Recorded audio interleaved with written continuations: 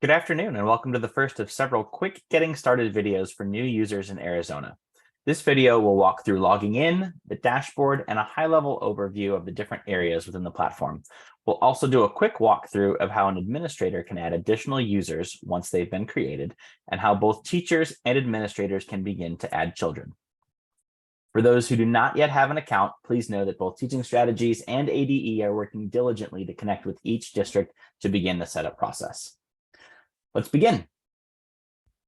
If you don't already have the login screen bookmarked, you can navigate in your web browser to teachingstrategies.com, which I have displayed here, and then click on the login button in the upper right. From here, you're going to click on My Teaching Strategies, where you will be then asked to enter your username and password. Once logged in, you'll find yourself here at the dashboard. This is the central place where you will always enter when you are logged into the platform. Across the top here, you can see we have a number of different tiles that I just want to walk through briefly. The library, which you can see is grayed out, is a place where you can access our digital curriculum if that is something to which you have subscribed. Next, we have Teach, which is a planning tool filled with resources that you as a teacher can take advantage of. Next, you have Assess, which is a place where you can collect documentation and you'll be adding child ratings. Then we have Develop, which are courses and modules we've created to support your ongoing development as an educator. Reports is exactly that. It provides reporting insights to both inform instruction and see progress. It also includes a number of reports that are shareable with families. Family. From here, you can add family members and communications can be shared back and forth between teacher and family. And lastly, we have Hub, an online forum for educators to gain and share insights.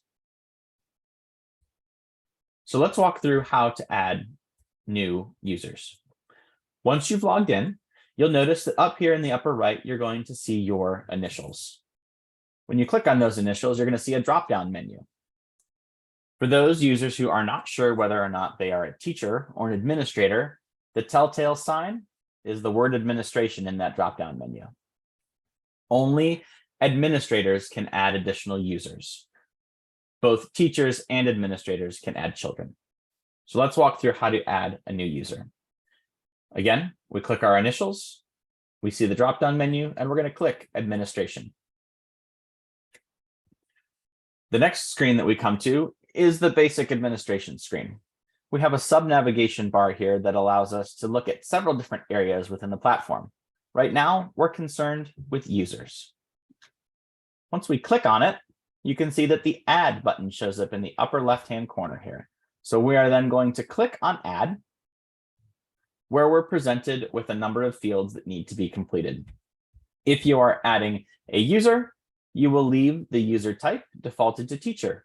If you are trying to add another administrator, then you will select from this drop-down administrator. You're then going to go through and identify which site that they belong in. You're then going to add in some user details. Anything with a little star is a required field. You're then going to be asked to enter a username. This username must be fully unique within the system. So I recommend perhaps adding an underscore and then maybe your district initials to the end of that to help with uniqueness. We then have this section called Team Member Access. I would ask that you leave this section completely untouched from whatever is displayed when you first go in. And then down at the bottom here, you are asked to enter your password. This is the password that you used to log into the system. You're taking an administrative action within the tool, and thus it wants you to confirm. Once you've entered your password, you'll click Save down here in the lower right-hand corner, and that user will then be created. If for some reason it gives you an error, when you scroll back up through here, you will see red text that lets you know where the error has occurred. Most commonly, the username would have already been taken. Once you click Save and that user is created, that user is then going to have an email sent to the email address that was added into this field here with their new username and a temporary password. That temporary password is only valid for 12 hours. If they're not able to access the system within those first 12 hours, then they should log in, they should navigate to that login screen back here. And when they are taken there to the login screen, they can click on the forgot password link, which will allow them to walk through that password reset process. And it's that easy to add a user. Children can also be added from this administrative space. Again, how did we get here? We clicked our initials in the upper right and we clicked on administration and it brings us here. So if I'm an administrator looking to add children to the classes for the teachers that I have just created, I can go in here to children. And just like before, I see add here on the left-hand side. And I'm then presented with a number of fields that appear. I need to decide which teacher for this class, and then the class will populate, and then all of the demographic info that is necessary. You will see in several of these required fields that there is a no response or unknown option there as well. Funding sources are not required and can be edited at any time. And then similarly to when creating a user, when you are done, you will click on save, and then that user, or I'm sorry, that child will then be placed inside of that user's class. Now, for those teachers who are watching this video, how do I create as a teacher, a child as a teacher? Well, you also have your initials listed here in the upper right, and you are going to see manage, and then the name of the class that has been created for you. If the class hasn't yet been created for you, you'll have the opportunity to create that class. But I'm going to click on my initials, and then I clicked on manage in the name of my class. Just like for an administrator, I have this add child option on the left. I'm presented with the exact same screen as the administrator. All of these details need to be completed. Once I've completed all the required information, I can then click save in the lower right-hand corner. And it's just that easy to create new users or children. Before we wrap this video up, I want to take you to one other place within the platform. And that place is the My Teaching Strategies support portal. If you are in the platform, you will see a little question mark here in the lower left-hand corner.